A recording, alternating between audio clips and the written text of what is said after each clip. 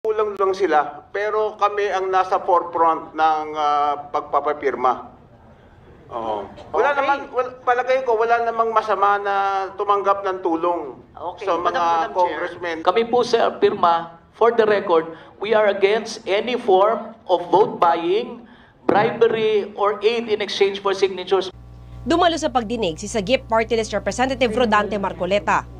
If this congressional hearing ultimately found that the Speaker is the one who spearheaded this or funded this initiative, I will probably request him to step down.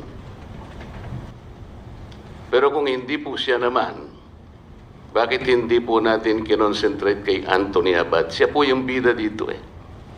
Siya po ang pinakasentro nito. Si Attorney Anthony Abad ang nakasulat na pangalan na petitioner sa People's Initiative form. Ipinasampina na siya ng komite dahil hindi dumalo kanina. Nasa pagdinig din ang ilang pinapirma umano sa People's Initiative kahit hindi umano nila naiintindihan ito. For survey lang daw.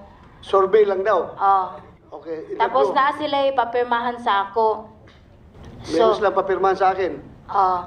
Dayon, ilang ipangutana kung pila may kabuok sa balay, pila ang butante. Utos daw po yun ni BBM. Utos Yun po ni yung BBM. exact word.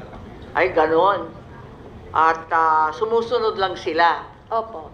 Marami pong mga pangako. Siyempre po, nung huli na, kami na po kasi binabalikan ng mga tao. Akala po kasi nasa amin na yung mga pinangako. Hanggang ngayon, wala pang binibigay. Wala po. Ilang libong barangay yan sa buong Pilipinas kung pangako nila ay 1.5 per person. Nako, hundreds of millions of pesos siguro pinag-uusapan natin dito. Hindi to ordinaryong tao pasimuno nito. Maraming pera.